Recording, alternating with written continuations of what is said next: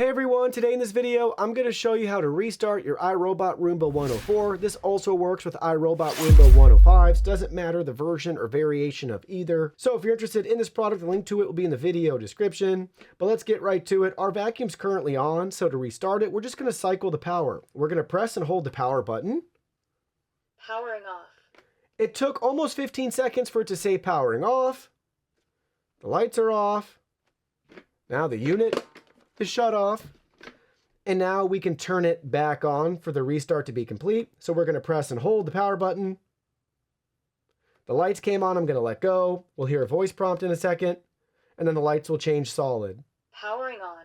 Lights are solid. It says powering on. You're all set and ready to go. That's how you restart the iRobot Roomba 104 or 105.